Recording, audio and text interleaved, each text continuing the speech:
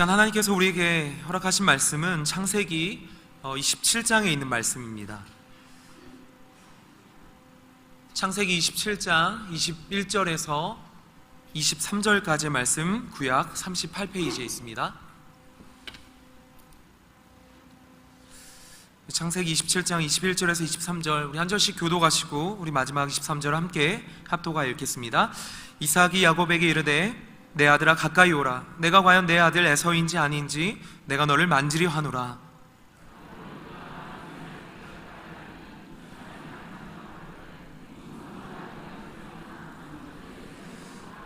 함께 읽습니다. 그 손이 형 에서의 손과 같이 털이 있으므로 능히 분별치 못하고 축복하였더라. 아멘. 우리 인생에 오직 주님만이 소망되시기를 소원합니다. 미국의 유명한 설교가인 척 스윈들 목사님이 인간의 욕심에 대한 설명을 하면서 이런 재미있는 이야기를 하신 적이 있습니다. 어떤 큰 부자가 죽을 때 죽기 전에 가장 믿을 만한 평생의 친구였던 세 사람을 불러서 유언을 남기게 되었습니다. 한 사람은 자기를 평생 동안 치료해준 지치의사였고, 한 사람은 평생 다니던 교회 목사님이었고, 한 사람은 자기의 일을 평생 도와준 고문 변호사였습니다. 수십 년간을 교제했던 사람들이니까 정말 믿을 만한 사람이라 생각을 하고 이 세 사람에게 이렇게 부탁을 한 거죠. 그 세 사람에게 그 자리에서 각각 200만 불이 든 현금 박스를 주면서 이 현금 상자를 여러분에게 맡깁니다. 세 분은 제가 평생 동안 믿고 의지한 분이니까 제 부탁을 들어줄 줄 믿습니다. 내가 천국에 갈 때 이 돈을 차비로 쓰기 원하니까 나머지 재산들은 내가 다 남겨놓고 당신 세 사람이 주는 차비를 가지고 가겠다. 내가 죽은 다음에 무덤에 이 현금 박스를 보관했다가 넣어달라고 부탁을 한 겁니다. 세 사람은 그렇게 하겠다고 굳게 약속을 하고 시간이 지나 얼마 후에 부자가 세상을 떠나게 되었습니다. 이 세 사람은 모두 장례식에 참석을 했고, 이 부자가 생전에 부탁한 대로 그 현금이 든 상자를 고인의 유언이라고 말하면서 그 무덤에 던져 넣었습니다. 그리고 장례식은 은혜롭게 마치게 되었죠. 장례식이 끝나고 세 사람은 주차장으로 걸어가면서 서로 이야기를 나눕니다. 그러다가 의사가 먼저 이야기를 주저하면서 시작을 했습니다. 제가 고백할 것이 하나 있습니다. 우리 세 사람이 다 관계된 일이라서 지난번 부자가 죽었다는 소식을 지난밤에 들었는데 그 부자의 유언대로 현금 상자를 놓고 가만히 생각을 해보니까 우리 병원이 지금 그 돈 없는 아이들의 복지를 위한 병동을 새로 짓고 있는 것이 생각이 났습니다. 그래서 200만 불을 땅에 묻는 것보다는 이 가난한 아이들을 위한 병동을 짓는 데 쓰는 것이 낫지 않겠나 싶어서 제가 이 돈을 기부를 하고 병원에, 그리고 그 200만 불이 든 상자는 신문지로 채워 놓았습니다. 아마 돌아가신 고인도 저의 깊은 뜻을 이해해 주리라고 믿습니다. 변호사가 옆에서 이 말을 듣고 있다 의사를 비난하면서 화를 냈습니다. 그 돈은 당신의 돈이 아니라 맡긴 돈인데 어떻게 당신 마음대로 자선기금으로 사용하느냐? 아무리 자선기금으로 사용해도 당신은 그 돈을 횡령한 범죄자다, 이렇게 막 비난을 한 겁니다. 근데 이 변호사가 막 화를 내고 있는데 목사님이 그 사이에 이야기에 끼어들었습니다. 형제요, 너무 성급하게 결론 내리지 맙시다. 저 역시 고백할 일이 있습니다. 그동안 우리 교회도 집 없는 고아와 노숙자를 위한 사역을 계속해왔는데 요즘 그 노숙자 숙소를 위한 우리가 기금을 마련하는 중에 있습니다. 나도 지난밤에 고인의 부탁을 들어주는 것이 옳은가에 대한 고민을 하다가 이 돈을 좋은 곳에 쓰는 것이 옳다라는 결론을 내리고, 한 달란트 묻은 사람처럼 땅에 묻지 말고 교회에 드리자. 그래서 제가 지난밤에 헌금을 하고 저도 그 상자에는 신문지를 넣어서 무덤에 던졌습니다. 이 변호사가 너무나 화가 나가지고 막 이제 기절할 지경이 된 거죠. 그리고 두 사람의 인격을 비난하면서 당신들은 다 거짓말장이고 사기꾼이라고 그렇게 이야기하면서 이거는 고발할 수밖에 없다, 엄포를 놓았습니다. 그리고 자기의 이야기를 하기 시작하는 거죠. 우리가 그 부자와의 우정을 지키는 것이, 또 약속을 지키는 것이 옳다고 생각을 합니다. 나는 그 유언을 잘 지키기 위해서 그 현금을 내 사무실에 있는 금고에다가 안전하게 보관을 해 놓았습니다. 그 돈은 지금도 그곳에 잘 있죠. 그리고 나는 내 개인 수표에 200만 달러라고 써서 사인하고 그 상자에 넣어서 무덤에 던져 놓았습니다. 우리가 이렇게 정직하게 약속을 지켜야 되지 않겠습니까? 이렇게 이야기를 한 겁니다. 여러분, 이 세 사람이 다 아무리 아름답게 포장을 해도 이 자기 욕심에 넘어가서 약속과 신의를 저버린 이 사람들입니다. 여러분, 우리 마음속에는 다 이런 마음들이 있습니다. 착하고 바르고 그리고 신앙을 가진 것처럼 보이지만 내 안에는 내 욕심을 이길 수 없는 마음들이 숨겨져 있다는 겁니다. 어쩌면 신앙생활이라는 것은 이 싸움과의 인생이라고 저는 생각을 합니다. 우리가 이제 드라마 보면서 제가 제일 싫어하는 드라마가 그 막장 드라마라는 거거든요. 이 자극적이고 비현실적이고 정말 뭐 불륜의 폐륜의 뭐 그런 거잖아요. 전부 다 혈통의 비밀에 이런 것들을 우리나라에서 많이 방영하면서 또 인기가 많지 않습니까? 뭐 그런 거 해야 또 시청률이 올라가니까. 우리가 그런 드라마를 많이 비난하지만 사실 오늘 성경에도 보면 오늘 말씀 이 창세기 27장이야말로 정말 막장 드라마를 보여주는 그러한 내용이 담겨져 있습니다.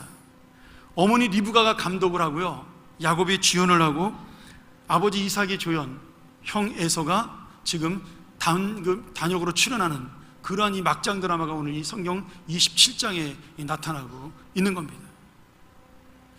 여러분, 지금 아내가 남편을 속이고 아들을 속이고 자식이 아버지와 형을 속이는 이런 부끄럽고 비열한 이야기, 안타까운 이야기를 왜 성경에 이렇게 자세하게 기록을 하고 있을까요?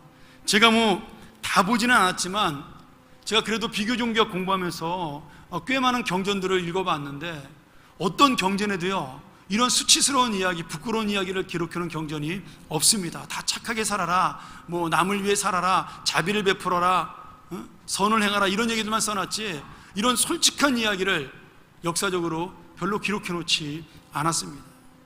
근데 여러분, 성경만은 이런 부끄러운 이야기들이 가감없이 우리에게 기록이 되어 있습니다. 왜 그럴까요? 바로 이 부끄러운 이야기가 나의 이야기가 될 수 있고 우리의 욕심이 될 수 있고 그 사람이 가졌던 그 마음이 바로 나의 마음이 될 수도 있기 때문입니다. 오늘 여러분, 이 말씀을 오늘 함께 나누면서 우리도 정말 내가 이런 야곱과 같은 마음, 리브가와 같은 마음을 가지고 있지는 않는가 한번 하나님 앞에 돌아보고 정말 하나님이 주시는 진정한 복과 은혜를 누리는 귀한 시간 되기를 주의 이름으로 축원합니다. 오늘 말씀을 우리가 이해하려면요, 오늘 읽은 말씀만 보면 되는 게 아니라 27장 전체를 한번 쭉 살펴봐야 됩니다. 제가 좀 쉽게 요약을 하죠. 이삭이 이제 나이가 들었습니다. 한 성경에서 우리가 추정하기 한 150살쯤으로 추정을 하죠. 왜냐하면 이삭이 180세에 죽었고 야곱이 이삭이 그 180세에 죽었는데 야곱이 지금 이 집을 나간 때가 150살 정도에 나갔고 야곱은 70살 정도 됐을 때입니다.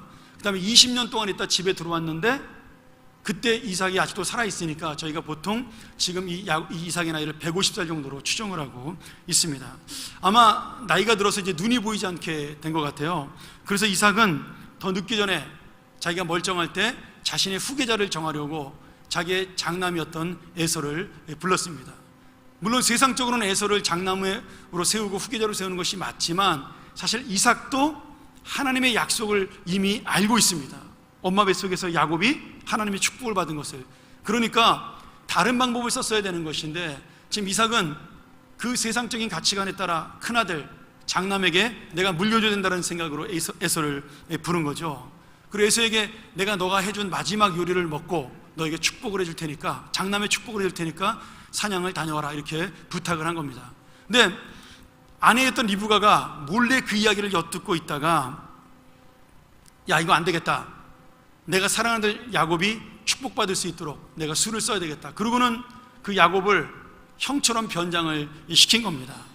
그래서 그 이삭의 눈이 보이지 않으니까 에서처럼 털이 많은 것처럼 보이게 해서 이렇게 팔에다가 양가죽을 두르게 하고 음식을 해서 이삭을 만나러 갑니다. 이삭이 보니까 아버지 제가 왔어요 그러는데 목소리는 야곱 같은데 뭐 형제가 비슷하긴 하겠죠.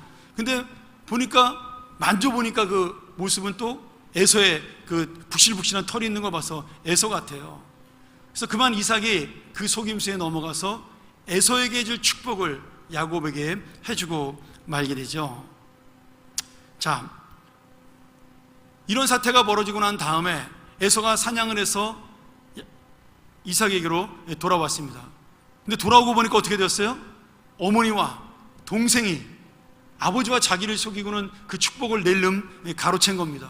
얼마나 속이 상하고 분노가 있는지 그때부터 야곱과 원수가 되는 생활을 하게 된 겁니다. 심지어는 기회가 있을 때마다 내가 저놈을 죽이고야 말겠다.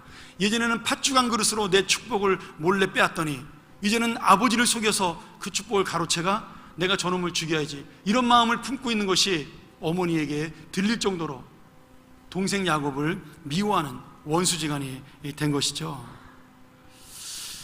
오늘 여러분 참 이상한 게 이삭의 가정은 믿음의 가정이잖아요. 이삭도 그렇지만 리브가도 하나님을 잘 알고 있습니다.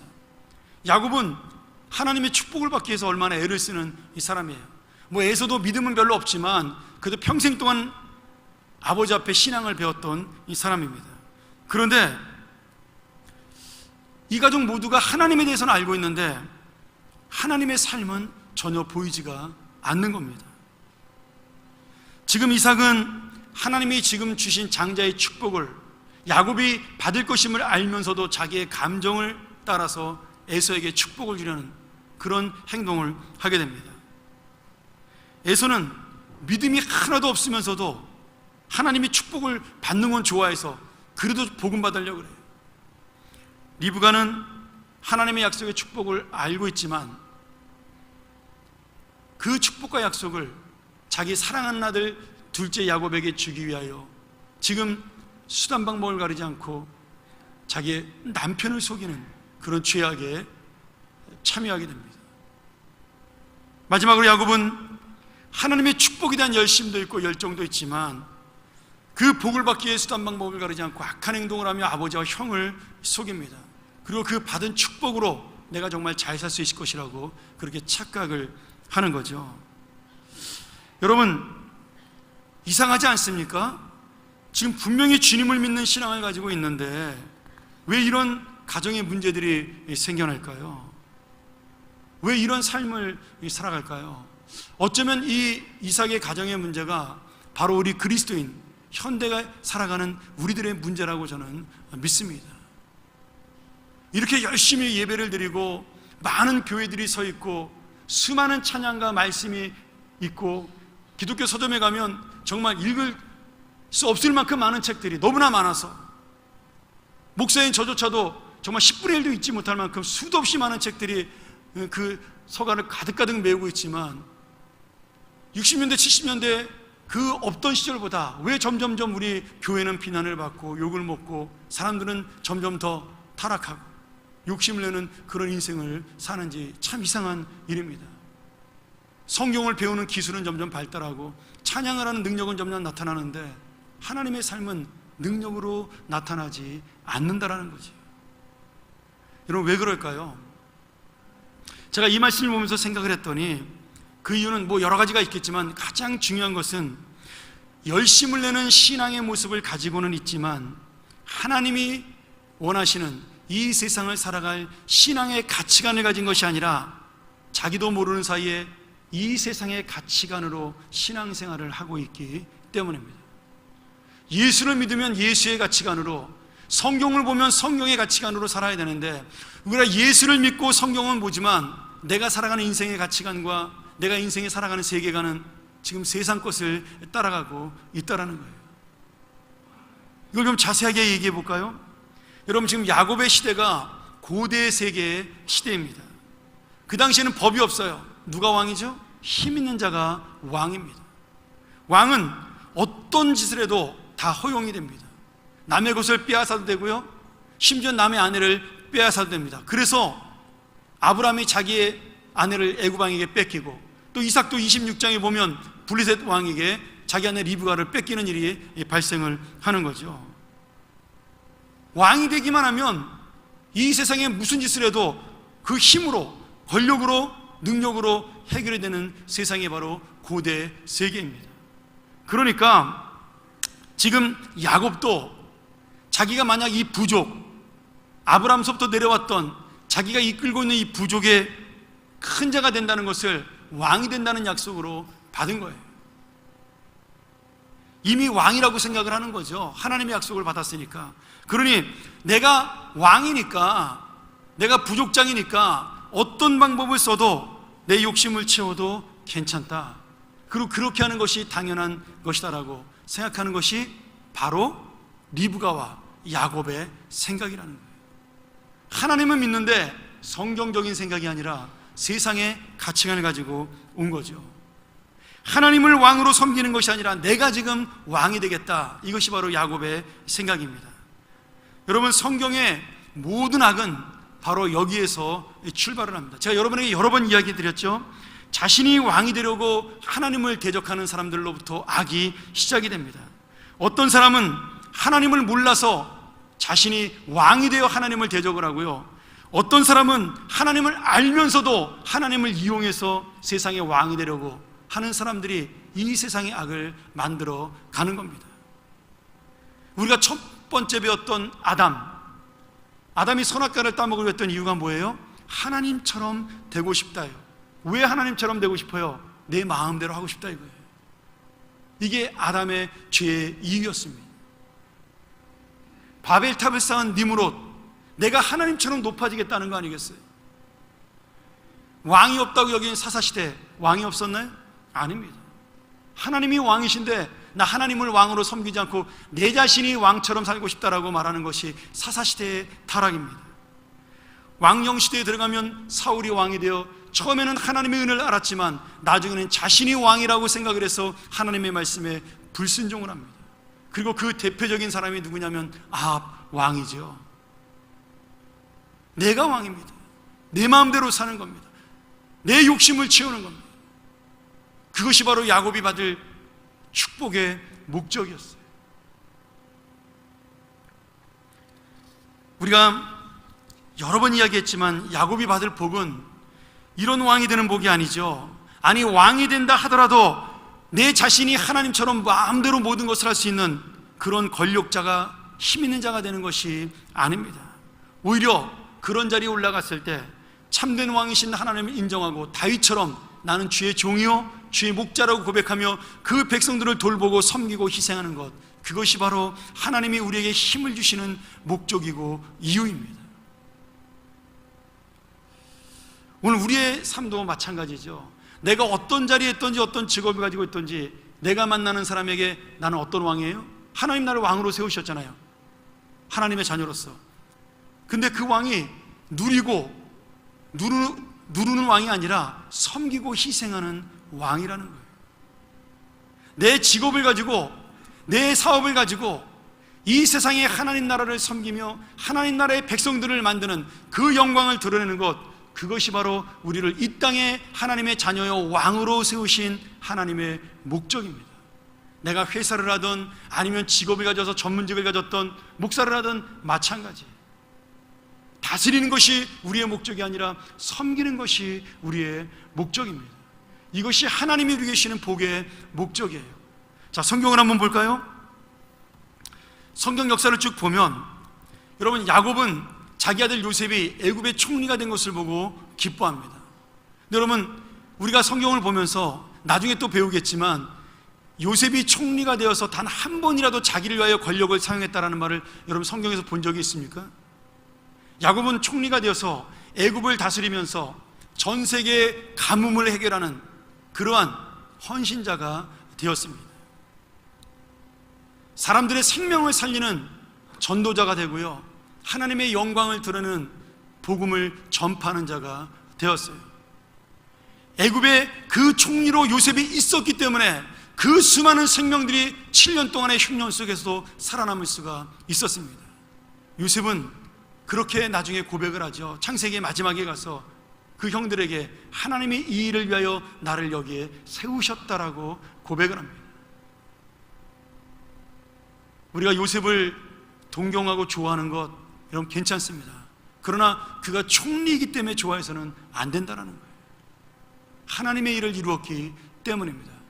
다니엘이 총리가 되었어요. 요새 그 다니엘이 지혜롭고 그래서 총리가 되었으니까, 인정받았으니까 많은 사람들이 우리 아이들이 다니엘처럼 되기를 위해서 기도한다라고 그렇게 이야기합니다. 또 그렇게 가르치는 사람도 많잖아요. 여러분, 그런 의미로 하나님께서 다니엘을 세우신 것이 아니에요.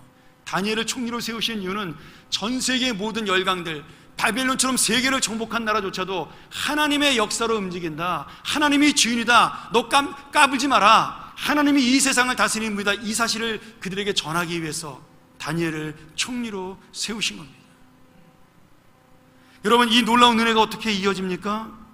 애굽에서 나와 가나안 땅에 이스라엘 나라를 세우는 백성들, 그 이스라엘 백성들을 통하여 다시 한번 구체적인 나라로 이루어집니다.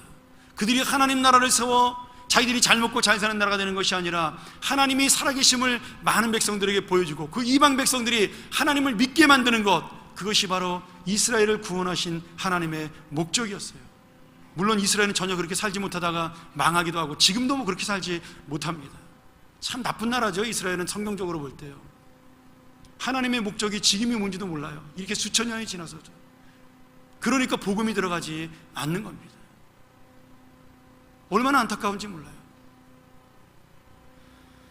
그리고 그 이스라엘의 다윗 왕을 세워서 바로 그 왕이야말로 하나님의 마음에 합한 왕, 하나님의 나라를 세우는 왕으로 하나님이 모델로 보여주시는 겁니다. 그리고 마지막으로 만왕의 왕이신 예수 그리스도를 이 땅에 보내어 이 땅에 하나님 나라를 세우시며 그분의 희생과 십자가로 우리를 구원하시는 것, 하나님의 복음이 온 세상에 펼쳐져 이 땅 전체가 하나님의 나라로 바뀌는 것, 그것이 바로 우리를 왕으로 삼으시고 복을 주시는 이유라는 겁니다. 여러분, 내가 나의 직장을 가지고 나의 직업을 가지고 내가 만나는 사람을 통하여 이 놀라운 하나님의 영광과 은혜가 드러나지 않으면 우리도 역시 야곱처럼 하나님의 복을 무엇인지 모르고 제대로 누리지 못하는 불쌍한 영혼에 불과합니다. 하나님께서는 지금도 우리 믿는 자를 통하여 지금 하나님의 나라가 펼쳐질 이 땅을 기다리고 계시며 우리의 믿음을 통하여 이 복을 이루는 도구로 사용하시기를 원하시는 겁니다. 그리고 이 복을 우리가 이룰 수 있도록 주시는 것이 물질의 복이고 명예의 복이고 권력의 복입니다. 여러분, 이것들은 전부 다 그저 도구요, 부산물에 불과한 것이지 복의 본질이 아니라는 거예요. 어떤 사람은 부자가 될 수도 있고 어떤 사람은 높은 사람 될 수도 있고 어떤 사람은 존경받는 직장에 있을 수도 있습니다. 어떤 사람은 그냥 보통 평범한 자리에 있을 수도 있고요. 그러나 그런 모든 것들이 전부 하나님의 은혜를 향하여 하나님의 나라를 향하여 사용되는 것, 그것이 바로 우리가 받은 복이라는 거예요. 우리는 어떤가요? 하나님 믿는 우리는 이런 복의 통로로 살고 있나요? 아니면 야곱이 원했던 그 복을 받기 위하여 꽝 잡는 게 매라고 수단방법을 가리지 않고 내가 복만 받기만 하면, 내가 원하는 것을 얻기만 하면 그것을 하나님의 복이라고 우리는 착각하는 것은 아닌가요? 지금 야곱의 이야기는 먼 고대 세계의 이야기가 아니라 오늘 우리는 어떤 가치관을 가지고 살고 있는가 우리에게 물으시는 하나님의 음성입니다. 오늘 너는 그러면 어떻게 살고 있느냐? 너는 어떤 복을 받고 있느냐? 너는 어떤 마음으로 이 땅을 살아가고 있느냐? 그것을 물으시는 하나님의 질문이죠.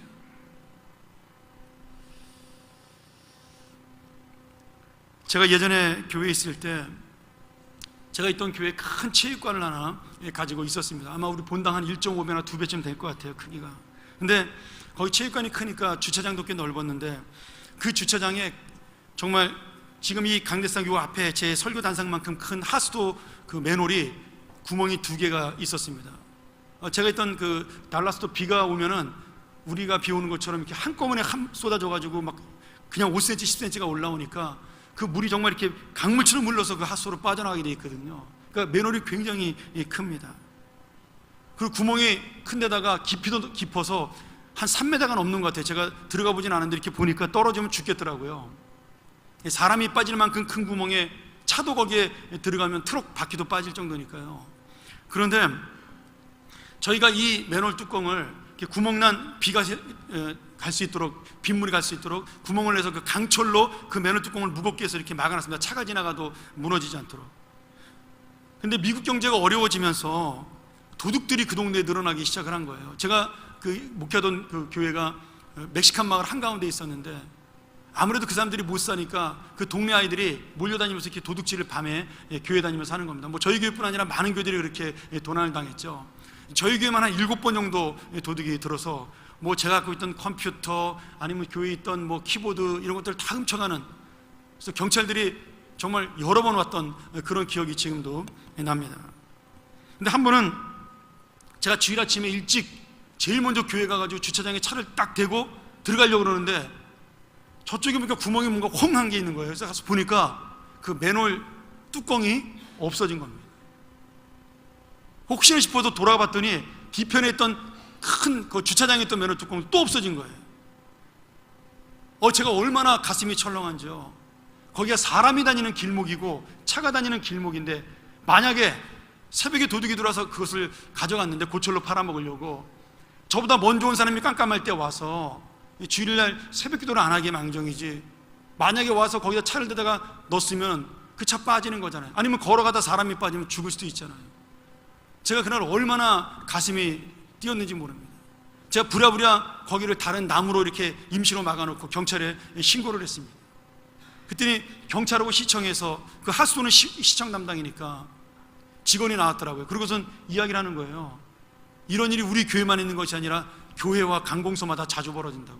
가난한 사람들이 이제 돈이 없어지니까 그거를 뚜껑을 갖다 가져다가 고철로 팔아먹는 거예요. 그 후로도 3번이나 같은 일이 반복되었어요. 그날은 주일이었지만 다른 날은 평일날 2번이나 더 도둑이 들어와서 그 뚜껑을 가져갔습니다. 나중에 결국 시청에서 맨홀 뚜껑을 강철이 아니라 플라스틱으로 만들어서 다시 저희에게 줬습니다. 그때서야 도둑이 들지 않더라고요.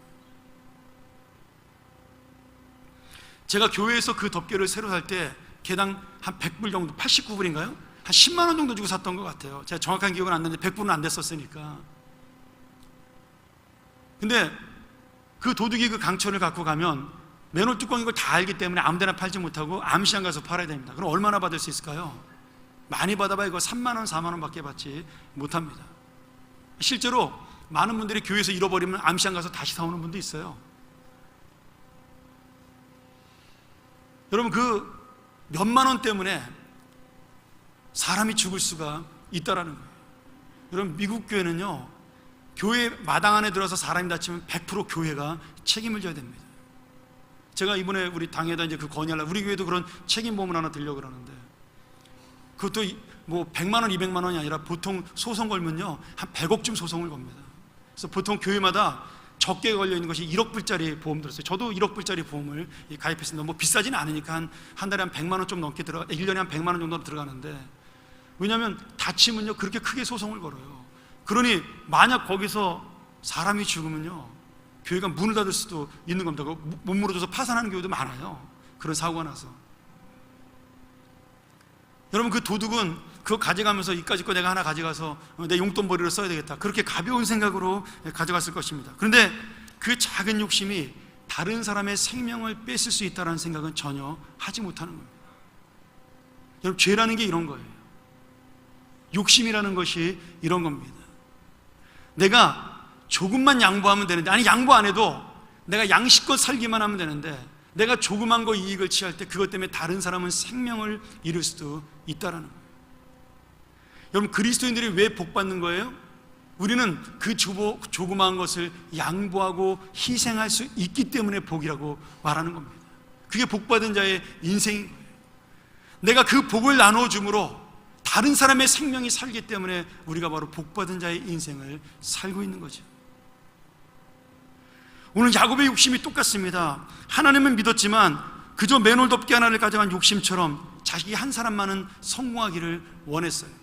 여러분, 그 마을에 사는 멕시칸들의 95%가 크리스찬입니다. 물론 캐톨릭을 믿죠. 집집마다 그 십자가 걸어놓고요, 가면 얼마나 대단한지 몰라. 예수님 상 해놓고 마리아 상 해놓고 얼마나 기도 열심히 하는지 모릅니다.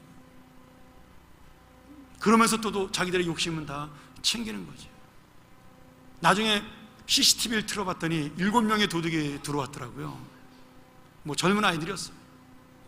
경찰이 저에게 그러더라고요. 목사님, 참 다행이다. 너가 교회에 있었으면 총 맞을지도 모른다. 없었기에 다행이다. 이렇게 얘기를 하더라고요. 여러분, 우리 인간의 욕심이라는 게 그런 것입니다. 내가 얻고자 하는 거 별거 아니에요, 사실은. 근데 그거 하나 얻다가 다른 사람은 상처를 주고 그 생명을 빼앗을 수 있다라는 거예요. 여러분, 야곱이 아버지에게 사기꾼으로 축복을 받고 이 사기쳐서 그 복을 받았나요? 천만의 말씀이에요. 하나님의 복은요, 이 물질의 복이 아니었거든요. 야곱은 이 복의 안수를 받고도 쫓겨납니다. 도망가잖아요. 20년 동안 삼촌 집에 가서 종살이합니다. 그리고 그 모든 재산 다 누가 차지해요? 형이 차지해요. 야곱의 가장 안타까운 것은 자기를 그렇게 사랑했던 엄마를 그때 집에서 도망한 이후로 한 번도 보지 못하고 죽을 때까지 만나지 못한다는 겁니다. 오늘 여러분, 야곱의 작은 욕심은요, 가정을 깨뜨렸어요. 야곱의 작은 욕심은요, 아버지의 마음에 상처와 실망을 줬습니다. 야곱의 작은 욕심은 형과 원수가 되었습니다. 이것은 복이 아니라 저주입니다. 심판이에요. 하나님께서는 결국 야곱에게 이 복을 이루십니다. 그러나 그 야곱이 그것을 깨닫는 순간에 이미 그는 너무 늦은 나이가 되어버리는 거죠. 사랑하는 여러분, 우리 모두가 다 이런 생각들을 조금씩은 가지고 있습니다. 아무리 깨끗하고 아무리 훌륭한 사람도 내가 이 정도는 해도 되지 않는가? 남들도 다 그렇게 사는데, 그런데 하나님의 참된 복을 모르고 자기의 욕심을 조금 챙겼던 그 인생 때문에 가정이 깨지는 겁니다. 우리 지난주에 신문 봤잖아요. 또 버스기사가 졸음운전하다가 터널에서 차 받아가지고 여러 사람 죽고. 여러분, 그 버스에서 조금만 좀 여유 있게 돌리면 그 돈 때문에 벌써 몇 번째인데 바뀌질 않잖아요. 아마 죽고 난 다음에 후회하겠죠. 이럴 줄 알았으면 내가 조금 덜 벌고 시간을 조금 더 줄걸. 우리 사이에 얼마든지 이런 일들이 일어날 수 있다는 겁니다. 그리고 우리도 언제든지 야곱처럼 그렇게 살 수가 있다는 거예요. 여러분, 많이 가졌다고 해서 풍족하지 않아요. 내가 부자라고 해서 여유 있지 않습니다. 내가 가진 것은 전부 다 아까운 것입니다. 그래서 하나님은 그것을 복이라고 말씀하지 않는 겁니다. 내가 그것을 나눔으로 복의 통로가 될 때 네가 복의 근원이라고 말씀을 하는 거죠. 사랑하는 여러분, 야곱이 받은 마지막 복의 완성이 무엇이에요? 하나님은 결국 이 복을 완성시킵니다. 야곱은 몰랐지만 그 복의 완성이 뭐냐면 야곱의 후손인 메시아 예수 그리스도가 이 땅에 와서 우리를 구원하시고 하나님의 나라를 세우는 것, 그 십자가의 복음과 부활의 영광이 바로 이 복의 완성입니다. 야곱은 왕이 되기를 원했지만 참된 왕이시고 복의 근원이신 우리 주 예수 그리스도는 야곱이 그처럼 원했던 왕의 자리를 버리고 하나님의 뜻과 의를 이루기 위하여 이 땅에 사람으로, 더군다나 죽을 죄인의 몸으로 오셨다라는 거예요. 그리고 그 왕의 자리를 버리고 우리를 하나님의 자녀가 되게 하고 우리가 대신 하나님의 그 대신한 왕이 되게 하는 축복을 주고 당신은 죽으셨다는 겁니다. 자신이 이 복을 누리는 것이 아니라 다른 사람이 이 복을 누리도록 나누었다라는 거예요. 그랬더니 하나님이 어떻게 하셨어요? 그를 지극히 높으사 모든 사람을 예수 그리스도의 발 아래 꿇게 하셨습니다. 내가 노력해서 여러분 사람들이 내 발 앞에 무릎 꿇는 것이 아닙니다. 내가 노력해서 영광스러운 자리에 오를 수 있는 것이 아니에요. 하나님이 허락하셔야 가능한 거죠. 하나님이 주셔야 되는 겁니다. 그런데 우리는 그 하나님이 주시는 것을 모른다라는 거죠. 여러분, 하나님의 참된 복된 인생이 될 때, 하나님의 진실한 복이 무엇인지를 깨달을 때, 오늘 여러분 나머지 모든 것들은 저절로 따라오는 선물에 불과합니다.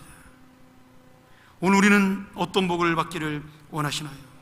어떤 복을 남기는 인생이 되기를 원하시나요? 야곱의 복인가요? 예수님의 복인가요? 야곱의 인생인가요? 예수님의 인생인가요? 하나님의 나라를 무너뜨리는 인생인가요? 아니면 하나님의 나라를 세우는 인생인가요? 오늘 여러분 이 진실한 복, 참된 복 앞에 우리가 다시 한번 하나님의 뜻을 구하는 귀한 시간 되기를 주의 이름으로 축원합니다. 기도하겠습니다. 하나님 아버지, 오늘 우리에게 이 말씀을 통하여 참된 복이 무엇인지를 가르쳐 주시니 감사합니다. 내 안에 힘들고 어려운 일이 있어 내가 얼마나 복된 인생임을 깨닫지 못한다면 하나님 용서하시고 우리를 깨닫게 하시며, 내가 살아가는 것 자체가 하나님의 은혜요 하나님의 자녀로 살아가는 것 자체가 바로 참된 복을 받은 인생임을 깨닫게 하여 주시옵소서. 이제는 이 복을 나누는 인생 되게 하여 주시옵소서. 이 복을 누리는 인생 되게 하여 주시옵소서. 예수님의 이름으로 간절히 기도하옵나이다. 아멘.